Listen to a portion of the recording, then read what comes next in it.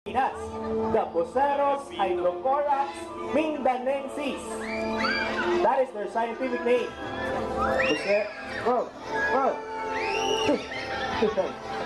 Please do not ever try to touch the bird.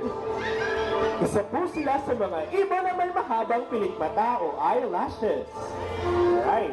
Another endangered, one of the rarest bird in the world. The Philippine hornbill.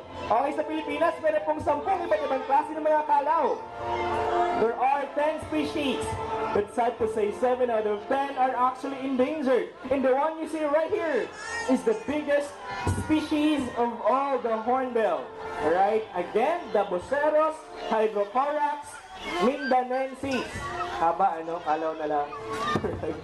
Okay, now, there we go. Now, these birds, kagaya po ng marami sa mga ibon, they love to eat fruits. Banana, mango, papayas, and all other sumptuous fruits. Mga hayop na kumakain ng fruits, we call them frugivore. Now, say it with me. Frugivore. Fajibar? Right. Okay, it's frugivore. Ito ba si Ryan ba? Taliman.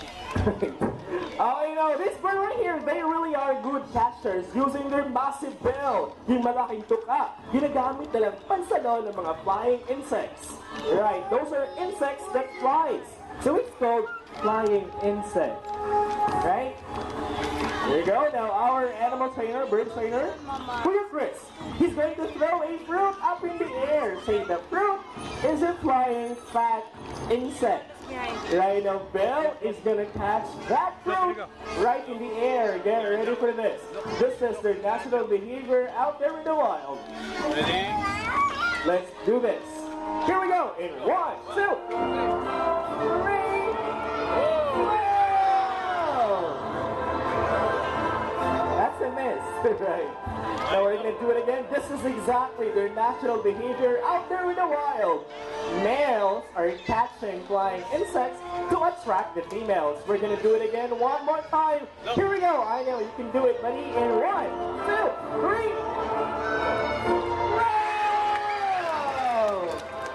Great catch right there.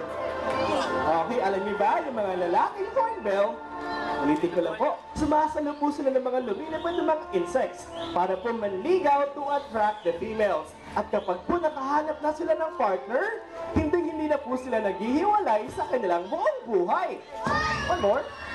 Oh, great catch. Right now, bird like this, tawag po sa kanila ay monogamous.